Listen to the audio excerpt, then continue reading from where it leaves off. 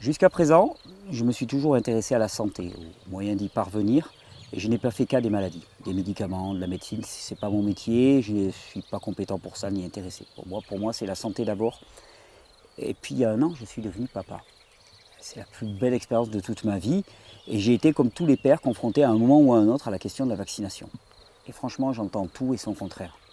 Cela va du discours classique sur l'évidence, le caractère absolument incontournable et anodin des vaccins, jusqu'aux témoignages les plus inquiétants, et ce particulièrement dans mon entourage.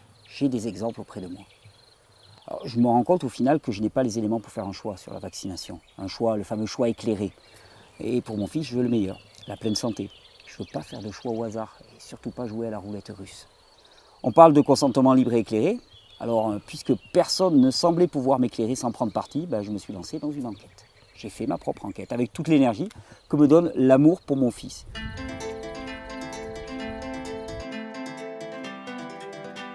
Et je voulais enfin savoir ce qu'il en était de la vérité sur la vaccination. Mon opinion, finalement, n'a aucune importance, et mes choix non plus. Ce que je veux, c'est donner à chacun des informations claires, rationnelles et basées sur des faits scientifiques, afin de pouvoir faire un choix éclairé. Je ne suis pas anti-vaccin, je suis pro-science, pro-santé publique, pro-enfant heureux et en bonne santé. Et donc, je vais poser des questions et essayer d'y répondre.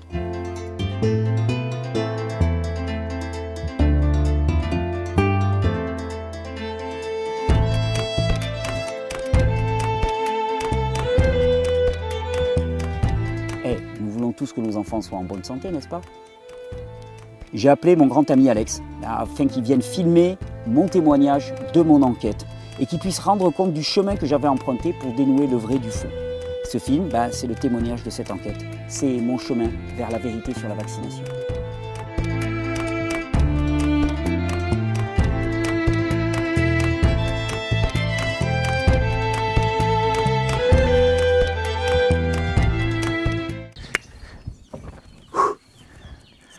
Yo, Salut Alex, ça va? t'es bien ce matin, frais? C'est magnifique, donc bien. Ouais, alors je tiens quand même à dire à la caméra, pour dire quand même un petit peu ce que je subis. Faire un projet comme ça avec un vidéaste, il voulait le lever du soleil. Voilà. Sauf qu'on enregistre aujourd'hui le 21 juin 2018. 21 juin, c'est le solstice. Qui dit solstice dit que le soleil se lève le plus tôt de l'année. Donc il est 6 h du matin, on enregistre. Mais on a le lever du soleil sur la mer Méditerranée. Franchement, c'est magnifique. Moi, je suis bien en tout cas. Ouais, moi j'y vois rien. Voilà, Moi je te vois à toi. Il n'y avait rien entre toi et la C'est vie. pas grave.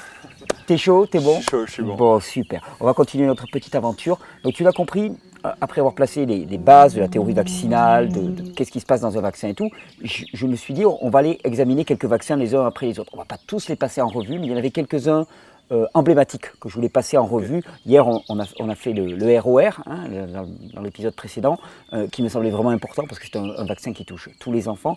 Chaque vaccin va avoir un peu ses spécificités et il y a aussi des choses communes qu'on va retrouver dans tous les vaccins et c'est intéressant parce que rapidement, tu verras, il y en a pour certains, je vais te dire, bon, ceux-là, on devrait s'attendre à ça, ça, ça. Est-ce qu'on le vérifie? Oui. Donc on a vraiment compris ce qui se passe.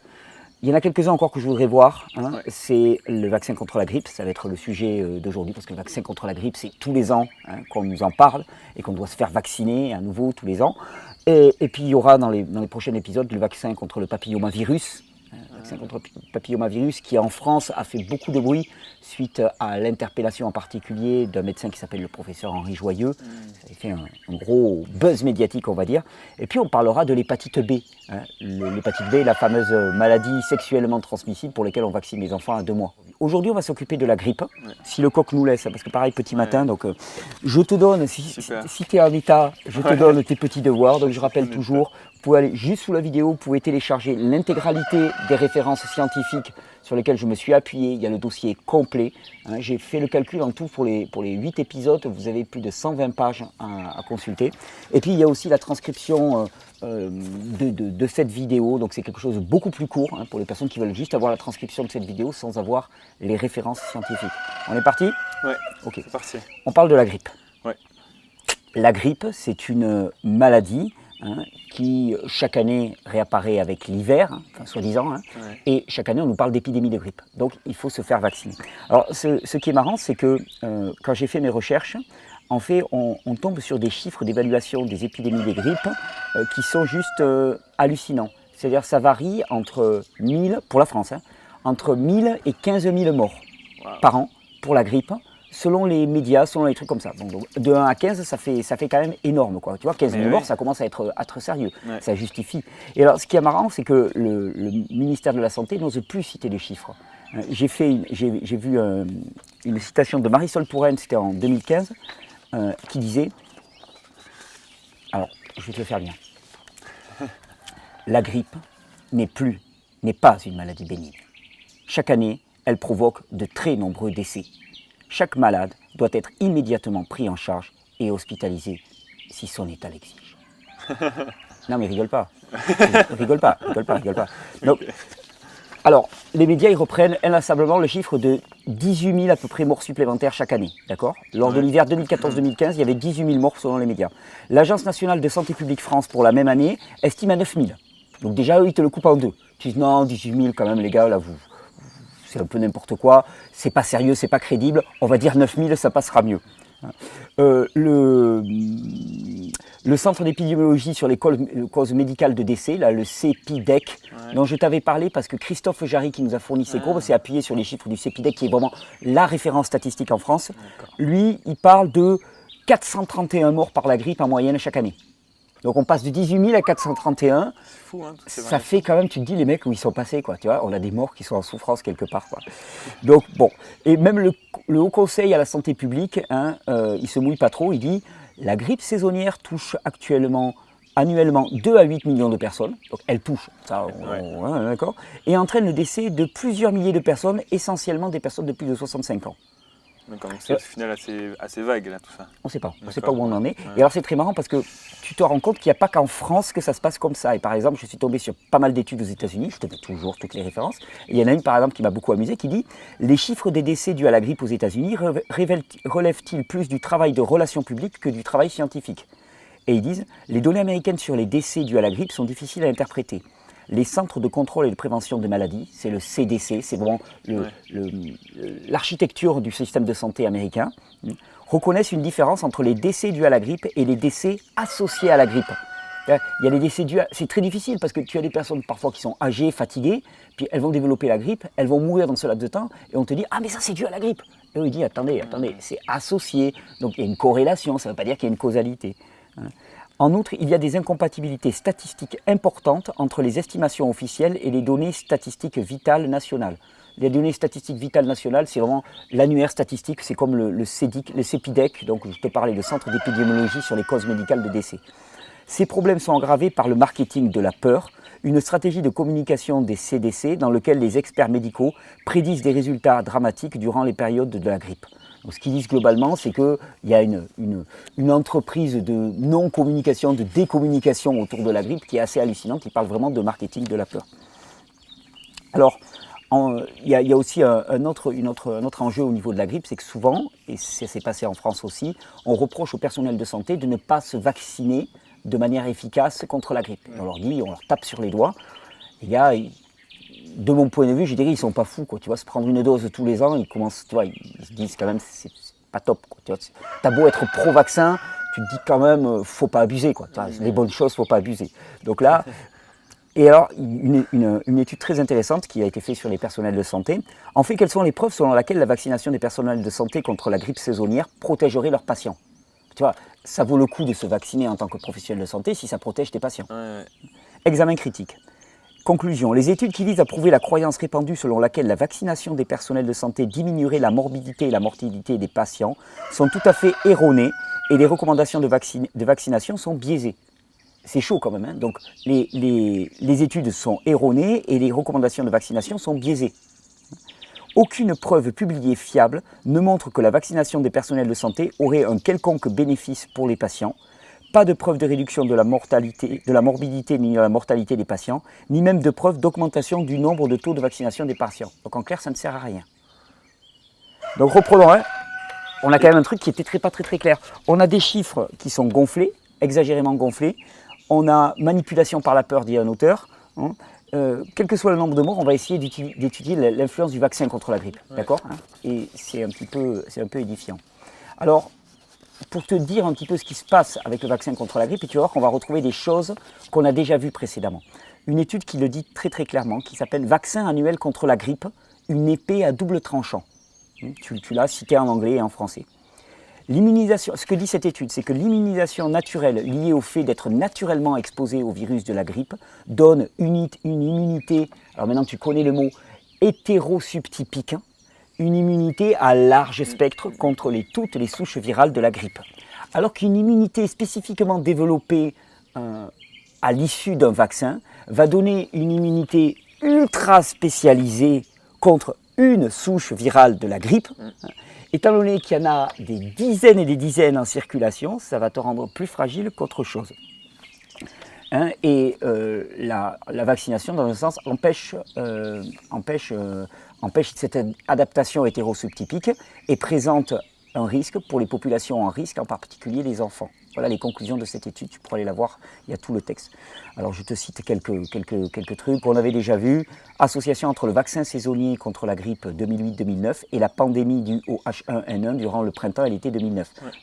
L'administration du vaccin en 2008-2009 a été associée à un risque accru de contamination par le H1N1 confirmé par des médecins durant le printemps et l'été 2009 au Canada.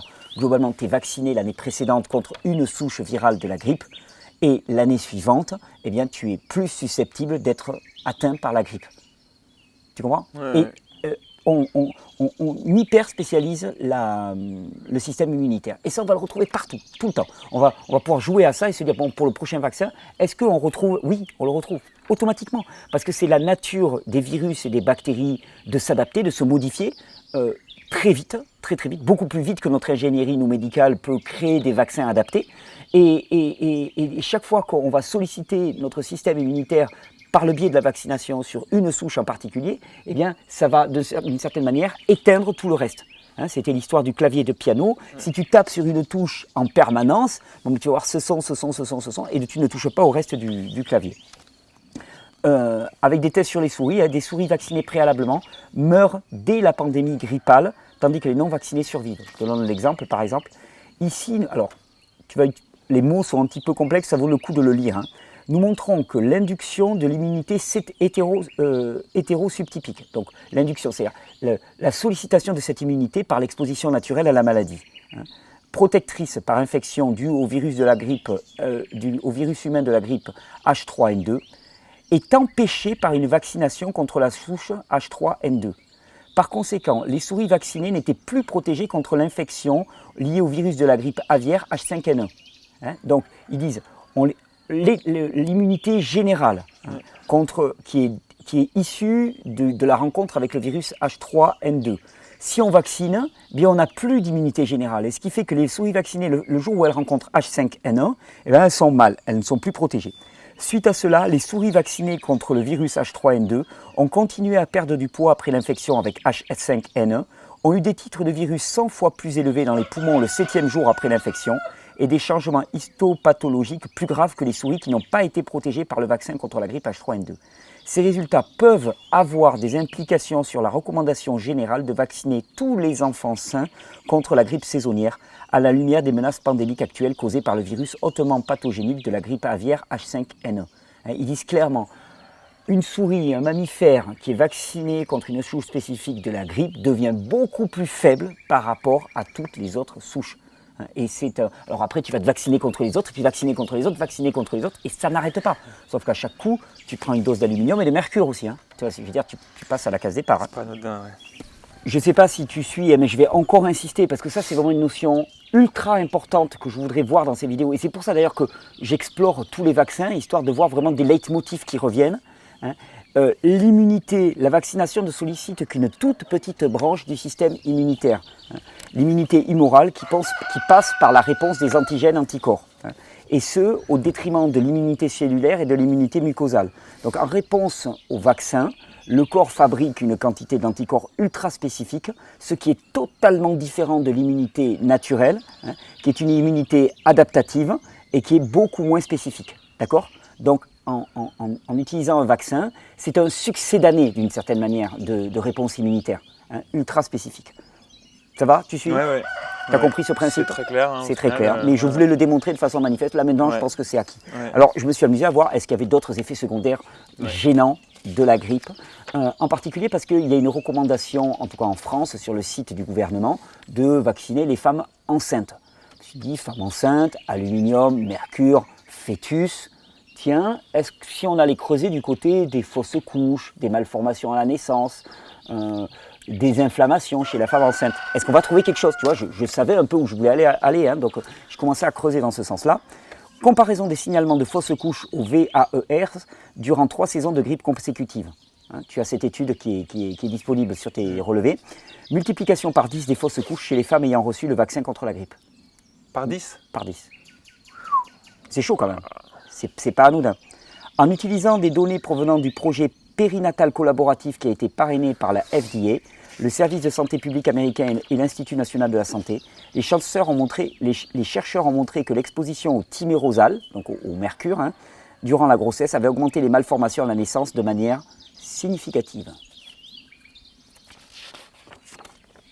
La toxicité reproductive et fœtale du méthylmercure, hein, donc du thymérosal, hein, chez les humains a été largement étudiée et admise. De nombreuses organisations comme le CDC et la FDA ont proclamé que le méthylmercure était plus toxique que l'éthylmercure, mais sans l'appui de la littérature scientifique. C'est ce qu'on voyait la dernière fois dans lequel ils disaient voilà, le mercure des poissons, il est moins toxique que l'éthylmercure. Mais globalement, ils n'en ont aucune preuve. Tu vois, c'est un peu comme si je disais oui, alors je crois en fait que les fumées d'échappement, en fait, ça fait rien. Non mais je peux rêver ce que je veux, quoi. En fait, il faut comparer aux chiffres. Hein. Et donc les conclusions étaient qu'on n'avait pas vraiment de données, qu'a priori elle était aussi toxique. En associant les preuves incontestables de la toxicité reproductive expérimentale du thymérosal et ses métabolites au champ d'application limité des études disponibles sur leur iniquité sur les humains, il est stupéfiant que la recommandation de l'ACIP concernant l'administration du vaccin de la grippe durant la grossesse n'ait pas été remise en cause précédemment. Pourtant, le site Vaccination Info Service du gouvernement français. Ouais, c'est ce que je vois, c'est dingue cette phrase. La vaccination des femmes enceintes protège également le nourrisson dans ses premiers mois de vie. On ne peut pas écrire ça. C'est pas correct. Et ton étude qui démontrait... oui. Je ne m'appuie pas sur une seule. Hein, que c'était 10 fois, que c'était 10 fois plus... la multiplication par 10 des fausses couches chez les femmes ayant reçu le vaccin contre la grippe. C'était le NCBI, ouais. Ah, tu l'as là, tu l'as dedans. Ouais. Non, c'est bien. Donc on ne peut pas dire que ça protège le nourrisson. En plus, du coup, eux, ils écrivent cette phrase, mais il n'y a pas une étude qui appuie. Mais non. C'est vérité révélée, quoi. Ouais. C'est Moïse sur sa montagne qui reçoit l'étape de la loi, quoi. De seul coup, ça tombe. Oh, non, les nourrissons vont être protégés. Non, mais attends. Ok, tu peux dire ce que tu veux, mais il faut s'appuyer sur quelque chose. C'est un peu comme quand on te dit j'ai la preuve que les vaccins sont inoffensifs. Ok, mais envoie les watts, quoi. Prouve-le. Ouais, et surtout que là, en plus, le système immunitaire du nourrisson n'est pas encore fait. Donc, c'est-à-dire qu'on lui injecte un virus dans un corps. Le fœtus a un système immunitaire qui n'existe pas. Voilà, c'est ça. L'immunité du fœtus, c'est la mère qui lui donne. À l'accouchement et à l'allaitement. L'immunité de l'enfant, on va y revenir plus tard dans un épisode, l'immunité d'un enfant, c'est sa mère qui lui donne via le lait maternel. Donc là, c'est hyper dangereux, en fait. On injecte... on injecte du mercure à des fœtus. Voilà, qui ne peuvent pas se défendre face à ça. Alors... Pour comprendre un petit peu ce qui peut se passer, j'ai creusé un peu plus. Parce que c'est une question qui me touche beaucoup. Ouais. Voilà, dans mon entourage, j'ai pas mal d'enfants qui présentent des troubles neurologiques avérés. Donc c'est une question auquel je me suis retrouvé confronté. Mais je crois que tout le monde, si tout le monde regarde dans son entourage, hein, il va se rendre compte que depuis les années 80-90 en particulier, il y a un truc avec les enfants. Toi, t'es né en quelle année? En 89. Ah ben voilà, la preuve. On ne peut pas écrire ça. On ne peut pas écrire ça. Et donc, je me suis amusé à regarder un petit peu les études, qu'est-ce qui se passait au niveau du corps avec le mercure. Le vaccin trivalent comme le virus contre la grippe provoque une réaction inflammatoire mesurable parmi les femmes enceintes. Des résultats médicaux périnétaux indésirables, tels que la prééclampsie et la naissance avant terme, ont une composante forte inflammatoire. Puis je me suis dit, composante inflammatoire, moi je sais, pour avoir travaillé sur ce sujet, par exemple, qu'on a tendance à lier les cas de schizophrénie, par exemple, et de troubles du comportement à des états inflammatoires de la mère pendant la période de gestation. Donc je suis allé voir. La perturbation de l'équilibre du cerveau des fœtus entre les signaux pro-inflammatoires et anti-inflammatoires de la cytokine pourrait représenter un mécanisme essentiel dans les précipitations des pathologies liées à la schizophrénie suite à une infection maternelle prénatale et à des déséquilibres immunitaires congénitaux. Une autre étude, programmation prénatale des maladies mentales, compréhension actuelle de la relation et des mécanismes. Les données actuelles suggèrent que l'exposition fœtale à une inflammation a pour résultat des changements épigénétiques au niveau du placenta et du fœtus. Donc l'inflammation chez la mère fait le lit, je ne dis pas que c'est systématique, mais c'est un facteur aggravant dans l'apparition de pathologies mentales lourdes comme la schizophrénie. Or, le mercure dans le vaccin contre la grippe génère de l'inflammation généralisée au niveau de la mère.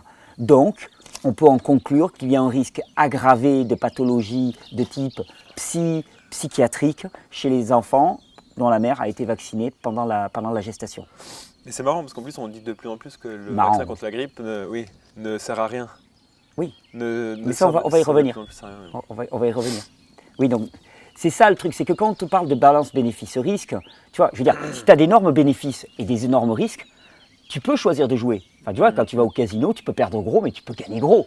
Donc tu peux dire, ok, délibérément, waouh, je choisis de jouer. Mais franchement, tu vas dans un casino, les mecs ils te disent, bon, vous pouvez tout perdre, et par contre, si vous gagnez un carambar. Là, tu te dis, bon, sérieusement, je n'ai pas risqué 100 000 € pour un carambar, quoi, ça ne vaut pas le coup. Quoi. Donc, c'est là où il faut. Tu vois, on parle de choix libre et éclairé, ça a vraiment été mon propos. C'est, ok, qu'est-ce qu'on mesure, quoi. Enfin, tu vois, quelle est la balance, quoi. Alors bon, tu te souviens de ces calculs sur les doses de mercure dans la précédente vidéo, on ne va pas y revenir. Hein. Et effectivement, comme tu le disais, il commence à se dire et à se savoir que le vaccin contre la grippe ne sert pas à grand-chose. Vaccin contre la grippe, je te cite quelques études, je t'en ai mis là aussi pléthore. Hein. Vaccin contre la grippe, examen de l'efficacité du programme d'immunisation américain et considération sur la réglementation. Le programme actuel de vaccination contre les grippes semble inefficace. Il sera nécessaire de développer et de mettre sous licence un vaccin efficace, parce que pour l'instant on ne l'a pas, qui confère une immunité significative contre une grande diversité de souches. C'est ça le problème, c'est que le virus contre la grippe, il mute en permanence. Quand on crée une souche, quand on crée un vaccin contre une souche, on a déjà plusieurs mois de retard. Parce qu'on a pris la souche qui était prévalente au mois de septembre pour le vaccin qui va sortir en décembre, et en décembre, on est déjà passé à une génération suivante. Afin qu'il ne soit pas nécessaire d'administrer ce vaccin tous les ans, les destinataires de ces vaccins doivent être informés des limites et des risques du vaccin, ainsi que des alternatives à la vaccination. Là, on est dans une politique de santé publique. En particulier, ils doivent être informés de la possibilité que des vaccinations répétées pourraient augmenter le risque d'effets indésirables. Donc oui, il y a un effet cumulatif sur l'aluminium et le mercure. Plus de 200 virus causent les syndromes grippaux qui provoquent les mêmes symptômes, fièvre, maux de tête, douleur et écoulement nasal que la grippe. 200 virus différents, et encore ils s'en créent chaque année. Les vaccins contre la grippe injectés ont probablement un petit effet protecteur contre la grippe et les syndromes grippaux, entre parenthèses, preuve modérée. Mais la vaccination peut avoir peu d'effet, voire aucun, sur les hospitalisations ou sur le nombre de jours de travail perdus. Donc quasiment aucun effet sur les adultes. On va aller voir chez les enfants. Chez les enfants de moins de 2 ans, l'efficacité du vaccin inactivé, donc il y a plusieurs vaccins contre la grippe, il y en a un qui s'appelle le vaccin inactivé. L'efficacité du vaccin inactivé était similaire à celle d'un placebo, c'est-à-dire aucune action sur la grippe. Aucune action sur la grippe.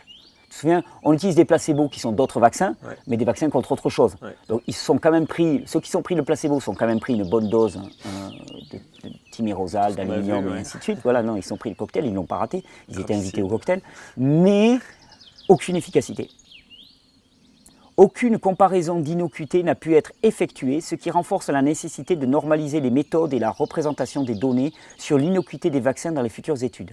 Il était surprenant de trouver seulement une étude sur le vaccin inactivé chez les enfants de moins de 2 ans, étant donné les recommandations actuelles visant à vacciner tous les enfants sains dès l'âge de 6 mois aux États-Unis et au Canada. Aux États-Unis et au Canada, on recommande de vacciner les enfants sains, et il n'y a qu'une seule étude qui a été faite sur l'innocuité et qui est encore extrêmement lacunaire. Ça s'appelle quand même jouer à la roulette russe pour moi. Hein. Pour moi, c'est quand même. C'est là où c'est ça, hein, carrément, de tout ce que tu me montres. Le TIV, le vaccin trivalent inactivé contre la grippe, n'a pas apporté de protection contre l'hospitalisation chez les sujets pédiatriques, notamment chez les enfants souffrant d'asthme. Au contraire, nous avons trouvé une multiplication par 3 du risque d'hospitalisation chez les sujets qui ont reçu le vaccin TIV. Là aussi, tu as toutes les études, j'en ai plusieurs qui vont dans ce sens-là. Aucune protection, un risque 3 fois plus accru d'hospitalisation. On va voir un petit peu chez les enfants, chez les personnes plus âgées, parce que globalement, le vaccin contre la grippe, on te le vend pour les personnes âgées. Je sais que J'ai des parents qui sont assez âgés, qui vont sur leurs 80 ans, et je sais que tous les ans, on leur sert le vaccin contre la grippe. Donc, papa, maman, cette vidéo, là, ce passage, il est pour vous, spécial dédicace. C'était pour les plus de 65 ans, ça, qui étaient tout touchés. Qui mettent le paquet, Impact de la vaccination contre la grippe sur la mortalité saisonnière chez la population âgée aux États-Unis. Nous n'avons pas été en mesure d'établir une corrélation entre la couverture vaccinale croissante après 1980 et une baisse de la mortalité dans telle ou telle tranche d'âge. Comme moins de 10% des décès de l'hiver ont pu être attribués à la grippe de telle ou telle saison, nous concluons que les études d'observation surestiment considérablement les bénéfices de la vaccination. Les études sur la mortalité excessive n'ont pas pu confirmer la baisse nationale de la mortalité liée à la grippe suite à la multiplication par 4 de la couverture vaccinale. Des études ont signalé de manière homogène que la vaccination réduit la mortalité hivernale due à toutes les causes possibles d'environ 50%, une affirmation extrêmement étonnante, étant donné que seulement environ 5% de tous les décès hivernaux peuvent être attribués à la grippe. Cette surestimation de l'efficacité de la vaccination a maintenant été attribuée à un parti pris déconcertant et profond concernant la sélection des points faibles dans les études. Il parle de parti pris déconcertant, de marketing de la peur et ainsi de suite. Il n'y a aucune étude scientifique non biaisée à l'heure actuelle, point, on n'en parle plus. Au niveau de la grippe, il n'y a aucune étude scientifique. D'ailleurs, c'est marrant parce que pour illustrer ça, au niveau de la grippe, il y a vraiment des enjeux. Le vaccin contre la grippe est un vaccin, alors là pareil, on va me dire que je bascule dans le conspirationnisme, c'est un vaccin qui rapporte beaucoup celui-là. Et donc il y a de gros enjeux. Et puis si tu les vaccines tous les ans, t'imagines un vaccin qu'il faut refaire tous les 10 ans, bon ben voilà, tu passes à la caisse tous les 10 ans. Si tu dois le faire tous les ans, globalement... On multiplie par 10 la caisse. J'ai plusieurs fois... Le fait que ça rapporte, c'est un fait en fait. Ah mais bien sûr, c'est même pas on en parlera une interprétation ni une philosophie. C'est juste comme ça en fait. Tu vas en vaccin, tu vas gagner de l'argent. Si tu le vends tous les ans, tu gagnes plus d'argent. Alors on va dire, non mais attends, on va pas partir de l'a priori que c'est fait pour gagner de l'argent. Oui. Mais si c'est inefficace et qu'on le vend tous les ans, tu te dis, il y a quand même un moment où il faudrait réagir, quoi, tu vois, globalement. Et c'est marrant parce qu'au cours de mes recherches sur la grippe, je suis très souvent tombé sur 4 lettres, ESWI. Et j'ai même lu un article qui disait que l'OMS allait présenter son plan de vaccination contre la grippe au congrès de l'ESWI. Donc c'est qui eux Ben voilà, j'ai fait mes recherches. Ouais. Qu'est-ce que c'est que l'ESWI? C'est un groupement de chercheurs qui se sont donné une obligation morale d'éradiquer la grippe. En fait, c'est un groupement de chercheurs qui a dit on se réunit pour former un groupe pour éradiquer la grippe, pour faire disparaître la grippe. Alors c'est un groupe d'influence qui est lui-même sous influence, parce que je suis allé voir, je te donne les liens un petit peu dans les statuts de l'ESWI. J'ai creusé pas mal, ça fait partie de mon enquête, mais l'avantage c'est qu'avec Internet, sans bouger de chez soi, on arrive à trouver énormément d'informations sur le net. En plus, j'ai des amis qui sont un peu spécialistes dans le traquage d'informations, donc des petits génies du web, on va dire, qui m'ont aidé à aller chercher là où on ne trouvait pas l'information. Donc là, tu as pu trouver qui ceux qui financent, par exemple. Exactement. Je suis allé regarder. Je me suis dit, tiens, voyons ces chercheurs-là quand même qui sont contre la grippe, qui veulent éradiquer la grippe, à quel point ils sont indépendants. Donc, les laboratoires pharmaceutiques qui soutiennent l'ESWI incluent Hoffmann La Roche, AstraZeneca, GlaxoSmithKline, c'est le GSK, le fameux GSK, Seqirus, Sanofi Pasteur, Milan et Janssen, c'est-à-dire parmi les plus gros laboratoires de production de virus contre la grippe. D'accord. Je pense que c'est exactement ce que dénonce l'article précédent dans lequel il parle finalement des collusions entre les différents modèles. Et d'ailleurs, pour revenir sur la relative inefficacité, même le CDC aux États-Unis le reconnaît ouvertement.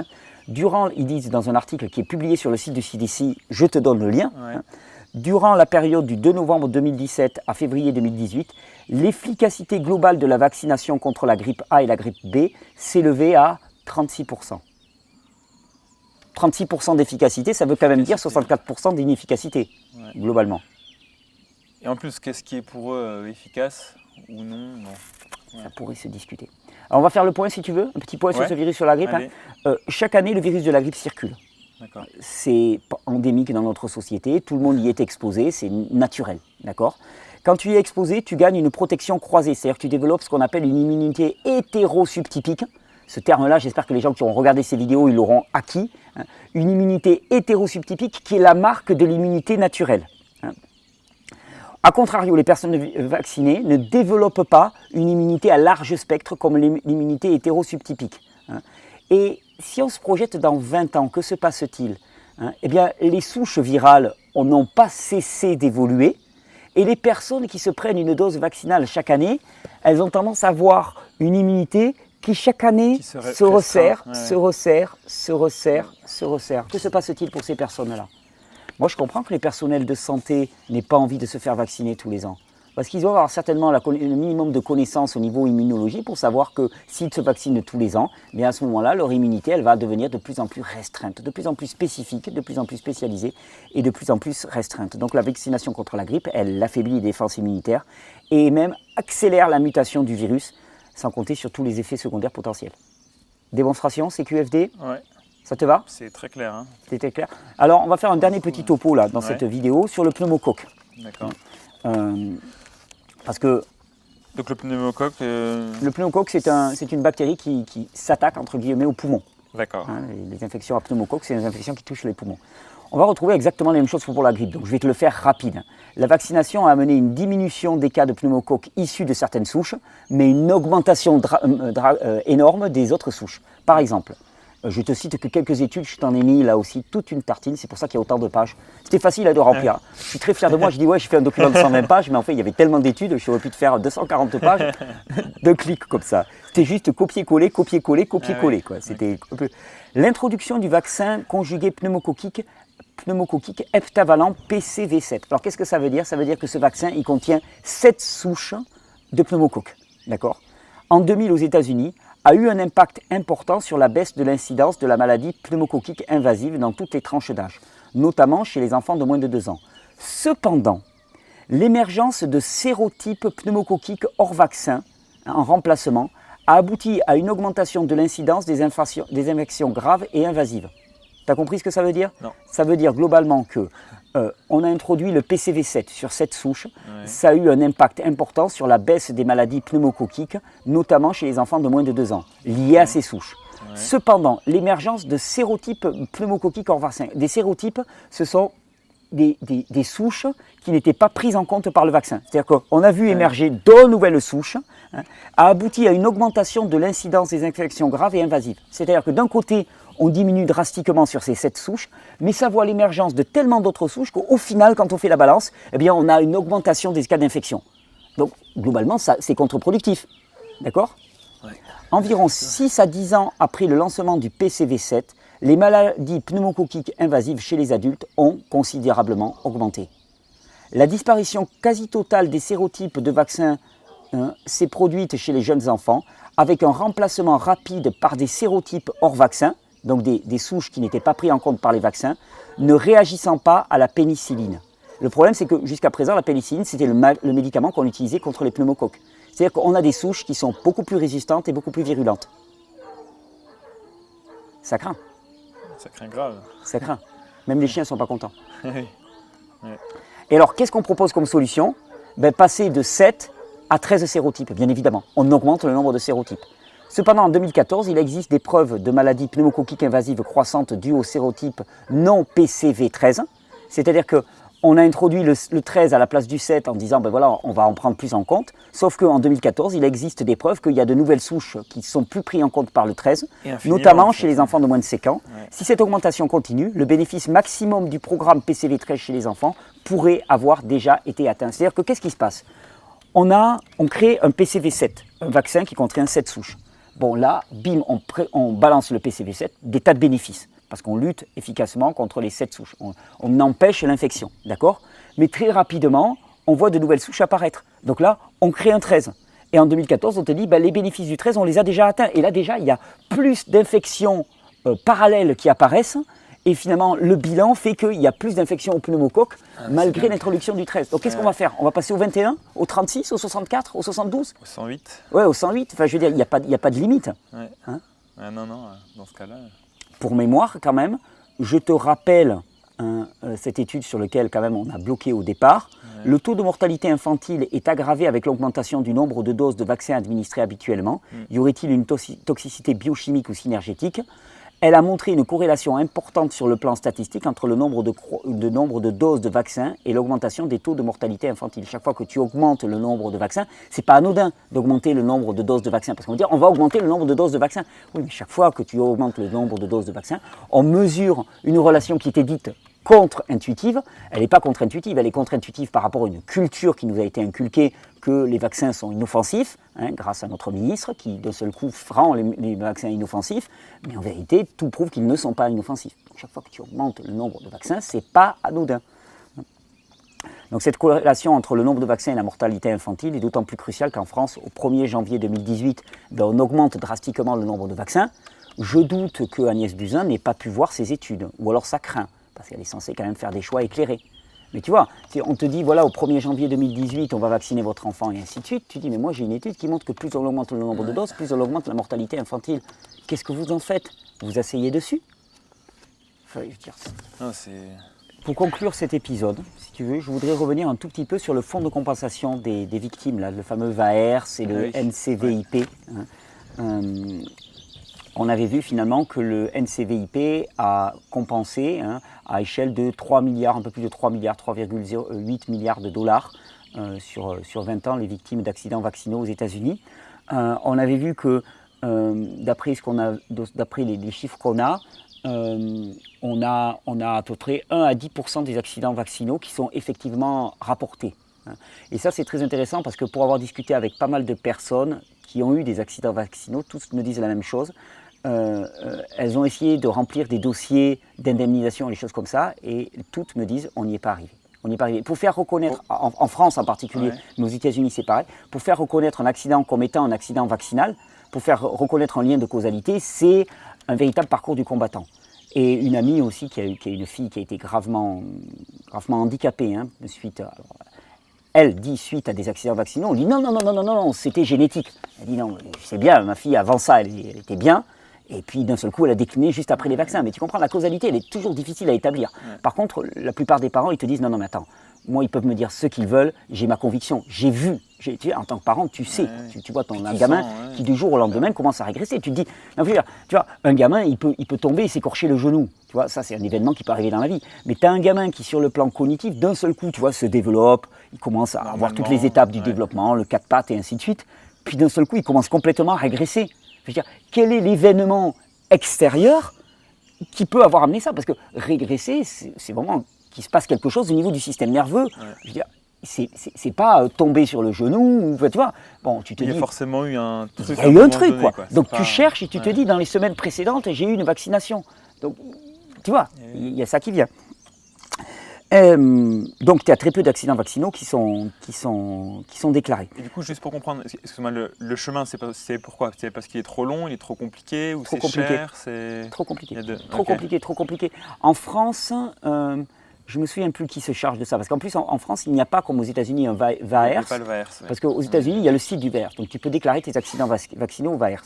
Les chiffres que j'ai pour les États-Unis, je te donne les références, nous disent que seulement 1 à 10% des accidents vaccinaux sont reportés au VAERS. Donc, on va dire 10%. Tu vois, on va faire l'estimation grosse. D'accord ? On va dire il y en a 10% qui sont déclarés. En vérité, c'est plus proche de 1%. Mais on va dire on ne va pas jouer au dramatique, finalement, on va prendre 10%. Donc il y a 10% des accidents vaccinaux qui sont déclarés au VAERS. Et on sait que sur les 10% des accidents qui sont déclarés au VAERS, seulement un tiers sont compensés financièrement. C'est-à-dire que le VAERS, il va les prendre et le NCVIP, il n'en compense qu'un tiers.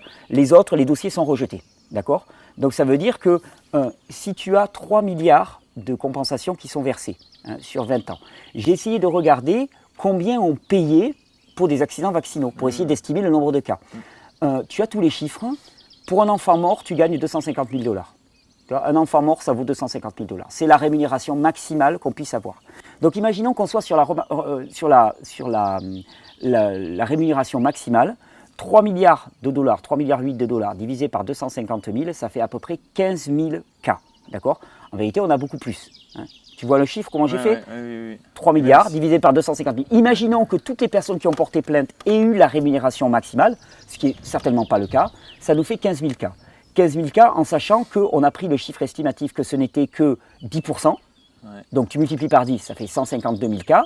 En sachant que 2 tiers des dossiers sont rejetés, tu multiplies par 3, ça fait 450 000 cas.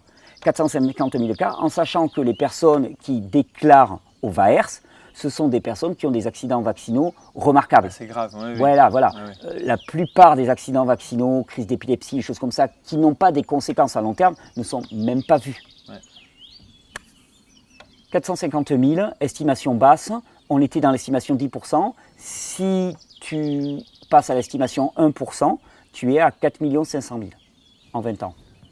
On est quand même dans du significatif. Ouais. Wow. On est quand même dans du significatif. Ouais. On va en rester là pour cet épisode. Ouais. Ça te va? Très riche celui-là. Très riche, on a parlé de la grippe. On va faire un dernier épisode sur le papillomavirus. D'accord. Papillomavirus, très important parce que ça touche énormément de femmes en particulier. Et puis l'hépatite B, parce qu'il y a vraiment quelque chose. En plus en France, on a une vraie histoire avec l'hépatite B. Il y a eu une vraie grosse polémique sur l'hépatite B, donc on sait déjà qu'il y a eu des gros problèmes avec l'hépatite B. On va en reparler. Et j'avais une question juste, est-ce qu'il y a des vaccins qu'on ne préconise pas pour les femmes enceintes ou